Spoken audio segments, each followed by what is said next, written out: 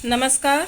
मैं रोया इसको तुम कहते हो गाना, मैं फूट पड़ा तुम कहते हो छंद बनाना। क्यों कवि कहकर संसार मुझे अपनाए, मैं दुनिया का हूँ एक नया दीवाना। जी हाँ विद्यार्थियों, आज हम पढ़ेंगे हरिवंश राय बच्चन को, इनकी दो प्रमुख कविताएं। एक का नाम है आत्मपरिचय और एक का नाम है एक गीत। आज की वीडियो में हम पढ़ेंगे आत्मपरिचय, क्लास 12 हिंदी आरो चैप्टर नंबर 1 में। ये दोनों कविताएं संकलित हैं, लेकिन आज मैं आपको एक ही कविता पढ़ाने जा रही हूँ, क्योंकि कविता का विश्लेषण हम बहुत विस्तार पूर्वक करने वाले हैं। दो कविताएं एक साथ पढ़ेंगे तो फिर मिक्स हो सकती हैं और उसका विश्लेषण, स्पष्टीकरण, भावार्थ हम अच्छे से नहीं कर पाएंगे। इसके लिए आज के वीडियो में ये पहली कविता आत्मपरिचय हम पढ़ेंगे। चलिए शुरू करते हैं बच्चों। हालावाद के प्रमुख प्रवर्तक डॉक्टर हरिवंश राय बच्चन, इनके बारे में थोड़ी सी जानकारी प्राप्त कर लेते हैं। इनका जीवन परिचय इस प्रकार है। इनका जन्म 27 नवंबर 1907 को इलाहाबाद में हुआ। इन्होंने इलाहाबाद विश्वविद्यालय से अंग्रेजी विषय में एमए की परीक्षा उत्तीर्ण की तथा 1942 से 1952 ईस्वी तक यहीं पर प्राध्यापक रहे। फिर इन्होंने कैम्ब्रिज विश्वविद्यालय इंग्लैंड से पीएचडी की उपाधि धारण की और 1976 में इनको पद्म भूषण दिया गया और 2 चट्टानें नामक रचना पर इन्हें साहित्य अकादमी पुरस्कार भी दिया गया। फिर इनका निधन 2003 ईस्वी में हो गया था। हरिवंश राय बच्चन जी की जो प्रमुख रचनाएं हैं वो हैं मधुशाला, मधुबाला, मधुकलश, निशा निमंत्रण, और आज जो हम पढ़ने जा रहे हैं आत्मपरिचय, वो निशा निमंत्रण से ही ली गई है ये कविता। तो हरिवंश राय बच्चन द्वारा रचित आत्मपरिचय कविता निशा निमंत्रण से संकलित है। इस गीत में ये प्रतिपादित किया गया है कि अपने को जानना दुनिया को जानने से भी कठिन है। तो चलिए इनकी कविता की शुरुआत करते हैं। इस कविता का सार इस प्रकार है कि समाज से व्यक्ति का नाता खट्टा मीठा तो होता ही है, संसार से पूरी तरह निरपेक्ष रहना संभव नहीं है। चाहे समाज हमें कितने भी गाली दे, हमारे ऊपर कितने भी आक्षेप लगाए, कितने भी व्यंग्य करे, लेकिन हम समाज से अलग नहीं रह सकते। दुनिया अपने व्यंग्य बाण तथा शासन प्रशासन से चाहे जितना कष्ट दे, पर दुनिया से कटकर मनुष्य रह भी नहीं पाता, क्योंकि उसकी अपनी अस्मिता, अपनी पहचान का उत्स, उसका परिवेश ही उसकी दुनिया है। तो चलिए शुरू करते हैं आत्मपरिचय, पहली कविता। मैं जग जीवन का भार लिए फिरता हूँ, फिर भी जीवन में प्यार लिए फिरता हूँ। कर दिया किसी ने प्रकृति जिनको छूकर, मैं सांसों के 2 तार लिए फिरता हूँ। यहाँ कवि क्या कहना चाहते हैं? कवि कह रहे हैं कि मैं इस संसारिक जीवन का भार अपने ऊपर लिए हुए फिरता रहता हूँ, फिर भी जीवन में प्यार लिए फिरता हूँ। इस तरह की व्यवस्था के बावजूद मेरे जीवन में प्यार सदैव बना रहता है, मेरे जीवन में प्रेम हमेशा बना रहता है। मैं मतलब इस सांसारिक जीवन का पूरा बोझा ढोए हुए फिरता हूँ, पूरा भार लेकर फिरता हूँ। ये व्यवस्था है, लेकिन फिर भी मैं खुश हूँ, मेरे जीवन में हमेशा प्रेम बना हुआ रहता है। कर दिया किसी ने झंकृत जिनको छूकर, मैं सांसों के 2 तार लिए फिरता हूँ। किसी प्रिय ने मेरे हृदय की भावनाओं का स्पर्श करके इसे झंकृत कर दिया, मतलब बजा दिया। जैसे वाद्य यंत्र होते हैं, उसके तार हम बजाते हैं तो ध्वनियाँ निकलती हैं, इसी तरह से किसी प्रिय सज्जन ने मेरे हृदय की भावनाओं को स्पर्श किया है और इसे अंदर से झकझोर दिया है। इस तरह मैं सांसों के 2 तार लिए फिरता हूँ। इस तरह मैं अपनी सांसों के 2 तार लिए हुए जग जीवन में फिरता रहता हूँ। फिर है, मैं स्नेह सुरा का पान किया करता हूँ, मैं कभी न जग का ध्यान किया करता हूँ। तो कवि बच्चन कहते हैं कि मैं प्रेम रूपी शराब को पीकर मस्त रहता हूँ, इसी मस्ती में इस बात का विचार कभी नहीं करता हूँ कि लोग मेरे बारे में क्या कहते हैं। समझे बच्चों? मैं स्नेह सुरा का पान किया करता हूँ, मैं कभी न जग का ध्यान किया करता हूँ। तो मैं प्रेम रूपी शराब को पीकर हमेशा मस्त रहता हूँ और लोग मेरे बारे में क्या सोचते हैं इस बारे में कभी परवाह नहीं करता। बहुत अच्छी कविता है, मुझे ये कवि भी बहुत पसंद है, इनकी रचनाएं भी बहुत अच्छी लगती हैं। जग पूछ रहा उनको जो जग की गाते, मैं अपने मन का गान किया करता हूँ। तो ये संसार तो उन्हें पूछता है जो उनके कहने पर चलते हैं, उनके अनुसार गाते हैं, किंतु मैं अपने मन की भावनाओं के अनुसार गाता हूँ तथा अपने ही मनोभावों की अभिव्यक्ति देता हूँ। तो मेरी जो इच्छा है, मैं अपनी इच्छा के अनुसार ही चलता हूँ। कवि क्या कहते हैं, जग पूछ रहा उनको जो जग की गाते। तो संसार है ना, उन लोगों को पूछता है जो संसार के अनुसार चलते हैं और संसार के गुणगान करते हैं, किंतु मैं तो अपने मन की भावनाओं के अनुसार ही गाता हूँ और अपने मन की भावनाओं को ही अभिव्यक्त करता हूँ। तो मैं मेरे मन के अनुसार ही काम करता हूँ, अपनी इच्छा अनुसार ही चलता हूँ, हमेशा मस्त रहता हूँ। समझ में आया होगा बच्चों। चलिए आगे बढ़ते हैं। मैं निज उर के उद्गार लिए फिरता हूँ, मैं निज उर के उपहार लिए फिरता हूँ। है ये अपूर्ण संसार न मुझको बाता, मैं सपनों का संसार लिए फिरता हूँ। तो कवि क्या कह रहे हैं कि मैं इस संसार के बारे में अपने हृदय में नए नए भाव रखता हूँ, मैं उन्हीं मनोभावों को लेकर उड़ता कुमड़ता रहता हूँ। क्या कह रहे हैं, मैं निज उर के उद्गार लिए फिरता हूँ, मैं निज उर के उपहार लिए फिरता हूँ। तो मैं इस संसार के बारे में अपने हृदय में नए नए भाव लेकर फिरता हूँ और उन्हीं मनोभावों को लेकर उमड़ता घुमड़ता रहता हूँ। मतलब किसी के इशारे पर नहीं चलता। है ये अपूर्ण संसार न मुझको बाता, मैं स्वप्नों का संसार लिए फिरता हूँ। तो ये जो सारा संसार है ये मुझे अधूरा लगता है, इसमें प्रेम का अभाव सा है, इसी कारण मुझे अच्छा नहीं लगता। और मेरे मन में प्रेम में सुंदर सपनों का संसार है और उन सपनों को ही लेकर मैं आगे बढ़ता हूँ।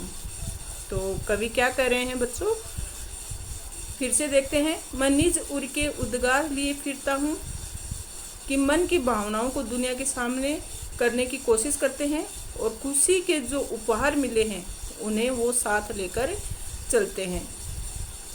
ये अपूर्ण संसार न मुझको भाता, ये संसार है ये मुझे अधूरा सा लगता है क्योंकि इसमें प्रेम भाव नहीं है, इसके लिए मुझे ये खाली खाली लगता है। मैं तो अपने सपनों का संसार लिए ही, और मुझे मेरे जो सपनों का संसार है जिसमें प्यार ही प्यार है, प्रेम ही प्रेम है, उसी में उस संसार में ही रहना मुझे अच्छा लगता है। मैं जला हृदय में अग्नि दहा करता हूँ, सुख दुख दोनों में मगन रहा करता हूँ। जग भव सागर तरने की नाव बनाए, मैं भव मौजों पर मस्त बहा करता हूँ। कितनी अच्छी बात कही है कवि ने।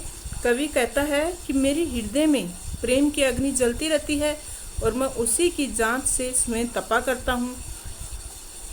मैं जला हृदय में अग्नि दहा करता हूँ, तो मेरे हृदय में प्रेम की अग्नि जलती रहती है और मैं उसी की आँच से तपा करता हूँ।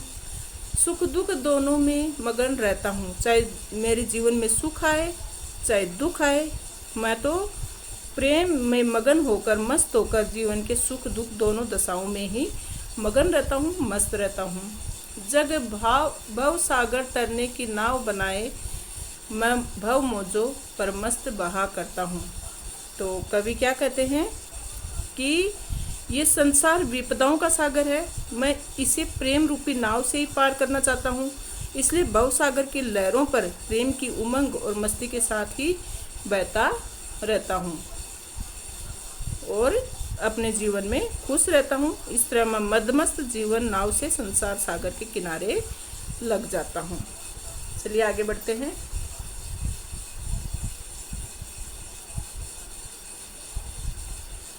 मैं यौवन का उन्माद लिए फिरता हूँ, उन्मादों में अवसाद लिए फिरता हूँ।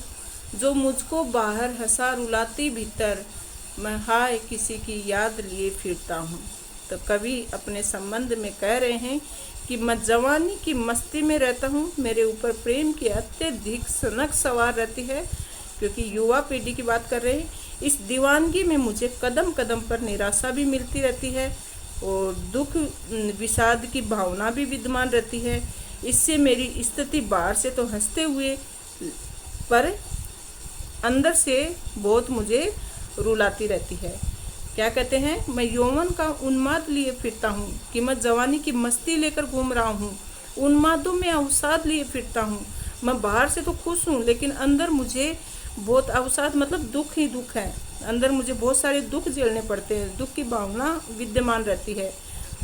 जो मुझको बाहर हंसा रुलाती भीतर, तो मुझको जो बाहर से तो हंसते हुए ऐसे लगती है कि मेरी मन स्थिति बाहर से तो हंसते हुए दिखती है, लेकिन अंदर ही अंदर मुझे रुलाती रहती है। मैं हाय किसी की याद लिए फिरता हूँ। इस स्थिति का मूल कारण ये है कि मैं अपने हृदय में किसी प्रिय की मधुर स्मृति बसाए हुए हूँ और हर समय उसकी याद करता रहता हूँ। कर यत्न मिटे सब सत्य किसी ने जाना, नादान वही है हाथ जहाँ पर दाना।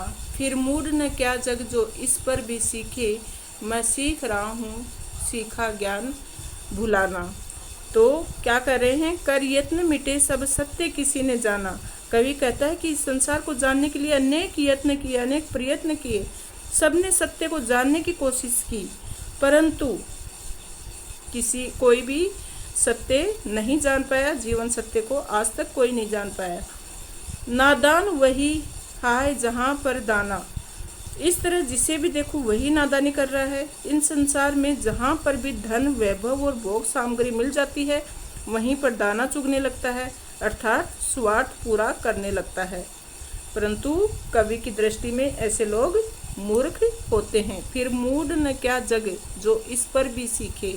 तो ऐसे लोग मूर्ख होते हैं, वे जानबूझकर सांसारिक लोभ मोह के चक्कर में उलझे रहते हैं।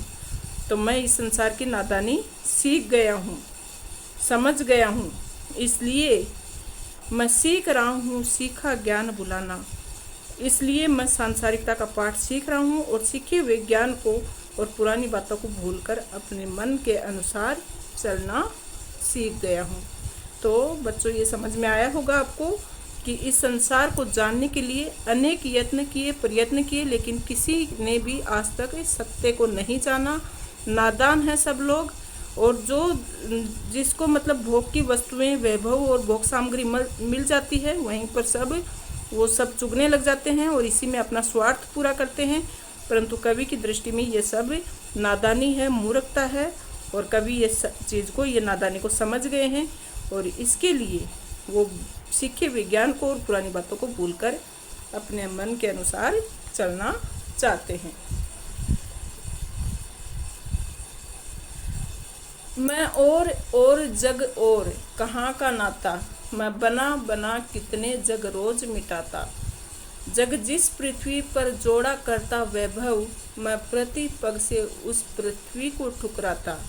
तो कवि क्या कर रहे हैं कि मैं भावुक कवि हूँ, जबकि संसारी लोग दुनियादारी निभाने में लगे रहते हैं। मैं और जग और कहाँ का नाता।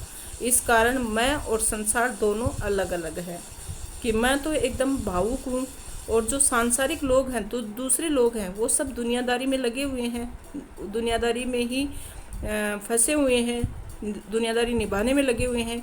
इस कारण मैं और संसार दोनों अलग अलग है। मैं बना बना कितने जग रोग मिटाता। अतः मेरा और संसार का कोई नाता और संबंध नहीं है।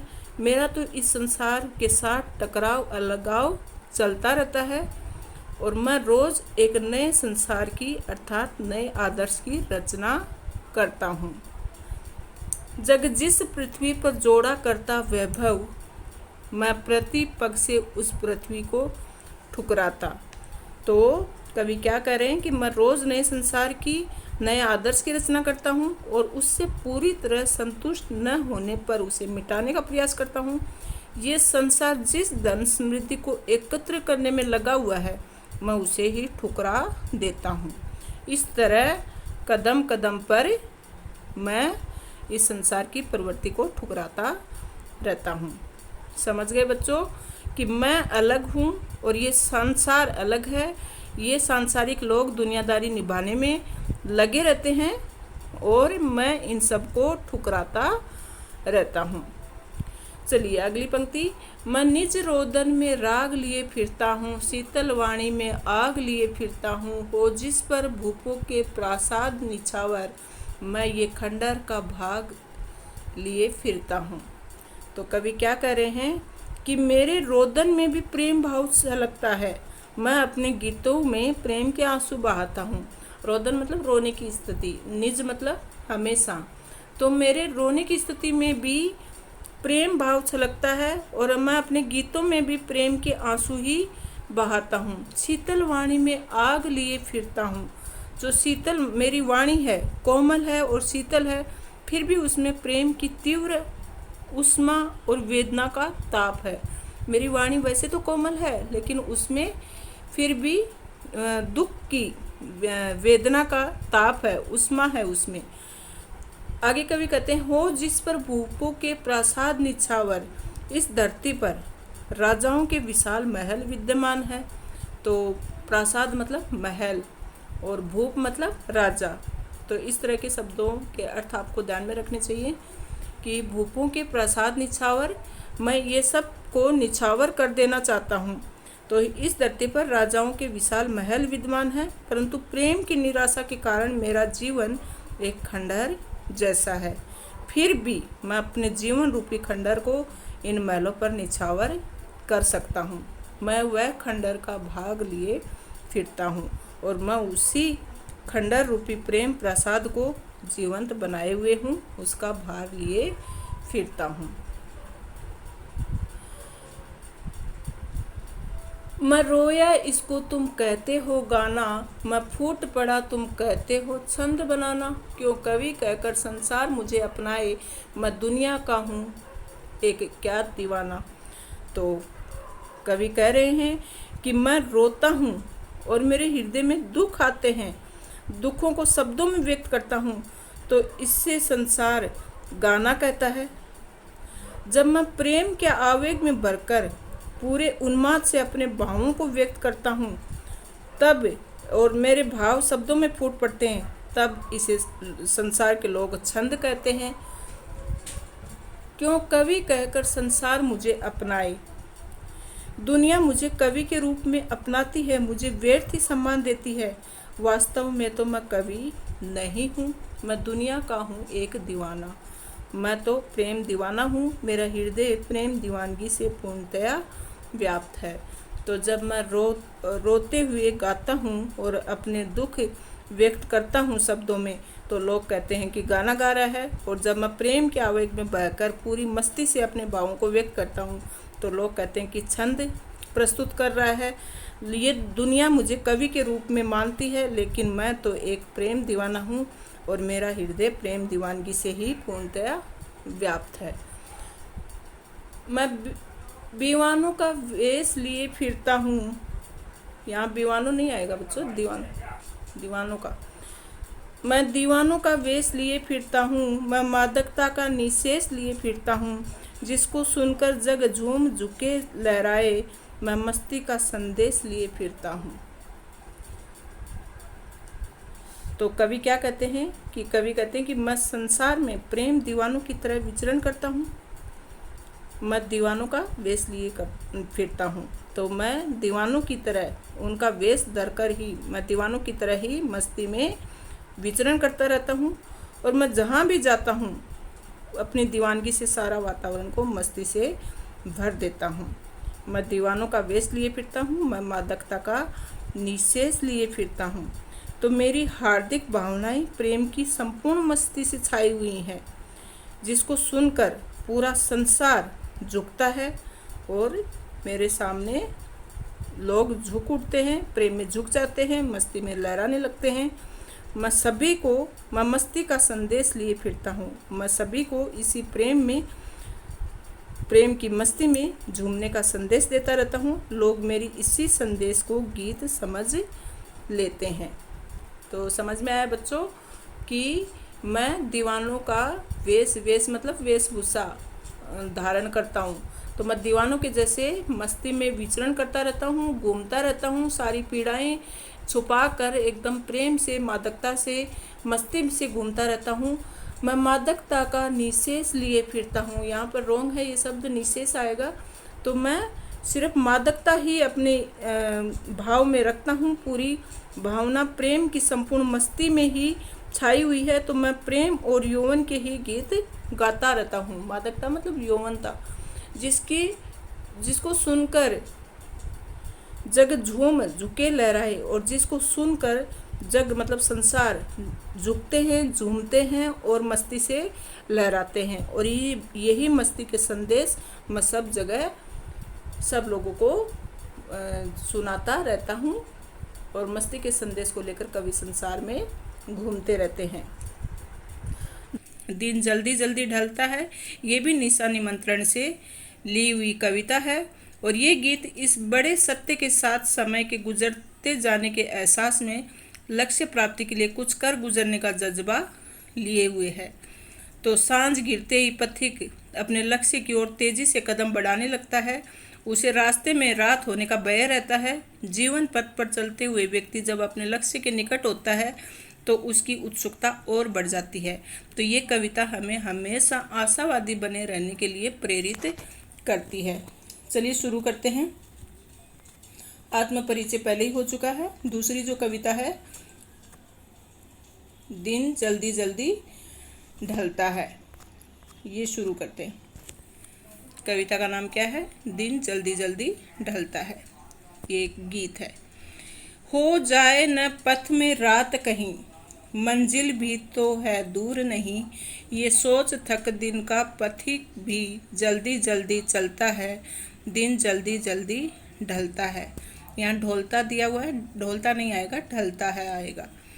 तो यहाँ कवि क्या कह रहे हैं कि शाम होते ही यात्री तेजी से चलता है। हो जाए न पथ में रात कहीं, मतलब ये सोचकर कि कहीं रात ना हो जाए, इसके लिए शाम होते ही वह बहुत तेज अपने लक्ष्य की ओर चलने की कोशिश करता है। जो राहगीर होता है वो तेज चलता है कि कहीं रास्ते में ही रात ना हो जाए। मंजिल भी तो है दूर नहीं, और जब उसकी मंजिल पास होती है तो वह और तेज चलता है। वह सोचता है कि अब तो मंजिल पास में ही है और इस मंजिल को पाने में कहीं देर ना हो जाए, इसके लिए वह और तेज गति से बढ़ता है। तो उसकी मंजिल समीप ही होती है, इस कारण वह थकान होने के बावजूद भी जल्दी जल्दी चलता है। तो इस पंक्ति के माध्यम से कवि ये समझाना चाहता है कि इंसान को जब अपना लक्ष्य सामने ही नज़र आता है तो वो लक्ष्य को हासिल करने के लिए और ज़्यादा उत्साह से आगे बढ़ने की कोशिश करता है। ये सोच थक दिन का पथिक भी जल्दी जल्दी चलता है। तो लक्ष्य प्राप्ति के लिए उसे दिन जल्दी ढलता प्रतीत होता है और रात होने पर पथिक को अपनी यात्रा बीच में ही समाप्त करनी पड़ेगी। इसलिए वह ये सोचकर कि रात होगी, इससे अच्छा मैं पहले ही अपनी मंजिल तक पहुंच जाऊं। तो चाहे वह कितना भी थका हुआ हो, लेकिन जब उसको मंजिल सामने नज़र आती है तो वह और तेज़ गति से चलता है। इसलिए थकित शरीर में भी उसका उल्लसित, तरंगित और आशान्वित मन उसके पैरों की गति कम नहीं होने देता, क्योंकि उसको सामने अपनी मंजिल नज़र आती है तो वो और जल्दी आगे बढ़ता है। बच्चे प्रत्याशा में होंगे, नीड़ों से झाँक रहे होंगे, ये ध्यान परों में चिड़ियों के भरता, कितनी चंचलता है, दिन जल्दी जल्दी ढलता है। हाँ, तो इसका अर्थ इस प्रकार होगा, बच्चे प्रत्याशा में होंगे। प्रत्याशा मतलब आशा। बच्चे अपनी माँ की आशा कर रहे होंगे, प्रतीक्षा कर रहे होंगे, और वे इस आशा में होंगे कि उनकी माता जल्दी ही उनके पास पहुँचेगी। यहाँ माँ कौन? चिड़िया, और बच्चे चिड़िया के बच्चे। नीड़ों से झांक रहे होंगे, और वो घोंसलों से झांक रहे होंगे कि उनकी माँ चिड़िया जल्दी ही उनके पास आएगी। ये ध्यान परों में चिड़िया के भरता, कितनी चंचलता है। तो चिड़िया सोच रही है कि उनके बच्चे उसकी आशा या प्रतीक्षा कर रहे होंगे और जल्दी ही पहुँचे, इस तरह की आशा रख रहे होंगे। और इसी आशा के साथ नीड़ों से मतलब घोंसलों से झांक रहे होंगे, ताक रहे होंगे कि कब तक उनकी माँ चिड़िया उनके पास पहुँचेगी। ये ध्यान परों में चिड़िया के भरता कितनी चंचलता है। और जब ये ध्यान आता है कि उनके बच्चे उसका इंतज़ार कर रहे होंगे, उसके पंखों में तेज़ी आ जाती है। परों में चिड़िया के भरता कितनी चंचलता है, उसके पंखों में बहुत तेज़ी आ जाती है और वे जल्दी जल्दी अपने घोंसलों में पहुंच जाना चाहती हैं। मुझसे मिलने को कौन विकल, मैं होऊं किसके हित चंचल। ये प्रश्न शिथिल करता पद को, भरता उर में विहलता है, दिन जल्दी जल्दी ढलता है। तो कवि कहता है कि वह इस संसार में अकेला है, इसलिए उससे मिलने के लिए कोई भी व्याकुल नहीं है, उसकी उत्कंठा से प्रतीक्षा नहीं करता। वह भला किसके लिए भागकर घर जाए। कि मतलब चिड़िया भी जाती है भागकर अपने बच्चों के पास कि उसके बच्चे उसका इंतज़ार कर रहे होंगे। एक पथिक है, रास्ते पर चलता है, वह भी ये सोचता है कि रात ना हो जाए, उससे पहले मैं अपने मंजिल तक पहुंच जाऊं। लेकिन कवि कहता है कि मैं किसके लिए घर जाऊं, कौन मेरा इंतज़ार करता है और कौन मेरे लिए व्याकुल हो रहा है। मैं होऊं किसके हित चंचल, मैं किसके भले के लिए घर भाग कर जाऊं। तो कवि के मन में प्रेम तरंग जगने का कोई कारण ही नहीं है। ये प्रश्न शिथिल करता पद को, और ये प्रश्न कि उसका कोई इंतज़ार नहीं करता है, उसके पैरों में ठहराव ला देता है। मतलब उसके पद शिथिल हो जाते, कमज़ोर हो जाते, ढीले पड़ जाते हैं। उर में विहलता है और उसकी हृदय में ये बेचैनी आ जाती है कि उसके लिए तो कोई इंतज़ार ही नहीं करता है। तो उसकी हृदय में ये व्याकुलता भर जाती है कि दिन ढलते ही रात हो जाएगी, और रात में एकाकीपन और उसकी प्रिया की वियोग वेदना उसे अशांत कर देगी, और वह किसके लिए घर जाए। घर तो कोई उसका इंतज़ार ही नहीं कर रहा। जबकि जब रात हो जाएगी तो वह अकेला पड़ जाएगा और अपनी प्रिया की याद में व्याकुल हो जाएगा, बेचैन हो जाएगा। दिन जल्दी जल्दी ढलता है। तो यही कवि कहना चाहता है कि दिन जल्दी जल्दी ढल जाता है और फिर रात आ जाती है, और रात उसे अपनी प्रिया की बिछुड़ने की याद में एकदम अशांत कर देती है उसके मन को। इससे उसका हृदय पीड़ा से बेचैन हो उठता है। थैंक यू स्टूडेंट्स, आपको ये कविता अच्छे से समझ में आई होगी। किसी प्रकार का डाउट हो तो कमेंट बॉक्स में अवश्य लिखें।